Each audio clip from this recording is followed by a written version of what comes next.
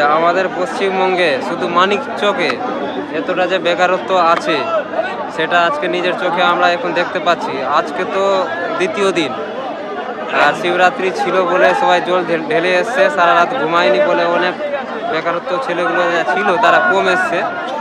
কিন্তু আজকে আমার মানে আর তার মধ্যে হলাম আমরা, এই যে আমরা দ্য ম্যানেজার র্যাঙ্গো, আই এম হক্কো, এটা মিস্টার দেবরাজ প্লাস, এরা হলো সব ভাইরাল বেকারত্ব। হ্যাঁ, আমরা হলাম ভাইরাল বেকারত্ব, অরিজিনাল বেকারত্ব। এই বেকারত্ব ভাতাটা আমাদেরকে পাওয়া জরুরি আছে, আর আমরা নিতে এসেছি। 14 গোষ্ঠীর ডকুমেন্টস যতটা ছিল সব জেরক্স করে নিয়েছি, আর যদি লাগে বিয়ে করে 24 গোষ্ঠী বানিয়ে নিব, সব ডকুমেন্টস নিয়ে এসে জমা দিব। কিন্তু বেকারত্ব ভাতাটা নিব তো নিব। আমরা হলাম ভাইরাল বেকারত্ব ছেলে। ভাতাটা দিবে?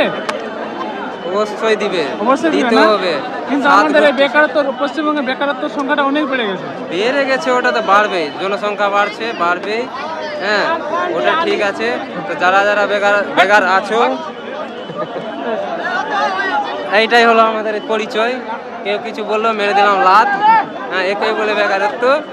তো যাই হোক, তোমরা যারা যারা বেকার আছো অবশ্যই আসো। যারা যারা মাধ্যমিক পাস করেছো তারাই আসবে, বাকিরা আসবে না।